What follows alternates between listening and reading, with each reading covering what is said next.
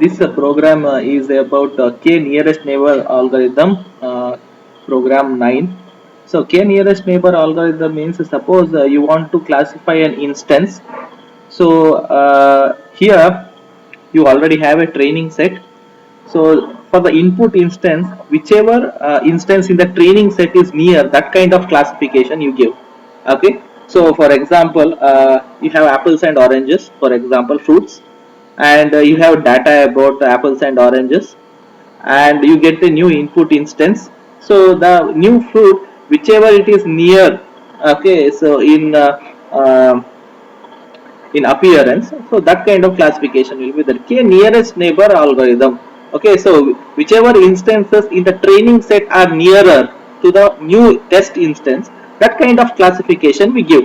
Okay, so in this k nearest neighbor algorithm implementation, we are importing the uh, data set from sklearn. Okay, so it will be an iris flower data set. So I will just show you the iris flower data set. So it gives sepal length, sepal width, petal width, and what kind of classification, what kind of flower it is. Okay, so when the new instance of the this iris data set comes, then among these instances, okay, whichever is nearer, whichever training instance is nearer, that kind of classification will be given. If iris setosa values are nearer to the new instance, then it will be classified as iris setosa. If so there are many types of them. Okay, out of them, so iris versicolor instance, if the new instance is nearer to iris versicolor kind of classification, then it will be classified as iris versicolor. Okay, so you store all the training instances, you compare with the training instances, whichever is nearer. Okay, whichever is nearer, Euclidean distance, the same means numerical distance between numerical values. So numerically, whichever instance is nearer, so that kind of classification will be given. So the program here is straightforward. Okay, so we using sklearn, we import k nearest neighbor classifier. So we import required package for confusion matrix, and also we import the data set. So the data set is iris flower data set. We directly import it from sklearn. Okay, so we load the data set. Data means instance here, these instances. Okay, so target means a classification, iris versicolor, iris setosa, and so on. Okay, so I am seeing this from Kaggle, so it is straight away importable. Okay, so we want some labeling required. So sepal length, sepal width, petal width. Okay, so x and y, so some labeling we do. Later we split our data set to x train, x test, y train, y test. Okay, so what is x here? So x means this instance, y means classification. Okay, so we know that a given data set is split usually into train and test. One is to train, later to do the testing some of the instances are kept reserved. Okay, so x train and x test means those instances, these instances, so these instances 1.2, 3.2, 0.2, these instances. Okay, y train and y test, y means here this classification. Okay, this classification, iris setosa, and so on. Later, after splitting our data, so we call on the k nearest neighbor classifier, and we fit means train. Okay, classifier dot fit x train and y train. So training instance and training classification. Later we predict what we want to predict. We want to predict finally the target. Okay, whether it is iris setosa, whether it is iris versicolor, and so on. So y prediction equal to classifier dot predict x test. So an test instance, okay, is given. So this test instance is given. So this prediction has to be done. This prediction has to be done. Okay. So next now, so we produce the confusion matrix, y test and y predict. So y predict means using the test instance what was predicted. Okay. Y test means according to data set what was the answer. Okay. So what was the answer? What is predicted? Using that we use the confusion matrix and also classification report. Okay. So you can see here confusion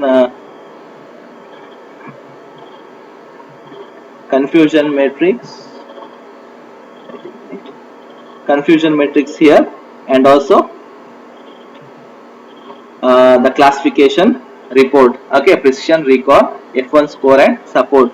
So if you are not familiar, so we will just have a background knowledge. Okay, so there are something called true positive, false positive, true negative and false negative. True positive means it is correct and also it is true. So the classification is correct, true. So false positive means the classification is positive, but it is falsely positive. It's actually negative, but it's classifying it as positive. True negative means it is negative, still it and again in data set also it is negative. Okay, the correct classification, correct negative classification. Okay, false negative means it is classified as negative, but it is positive. Okay, false negative it is. Okay, so false positive and false negative are wrong answer. True positive and true negatives are correct answer. So this is confusion matrix. We write them as a matrix here.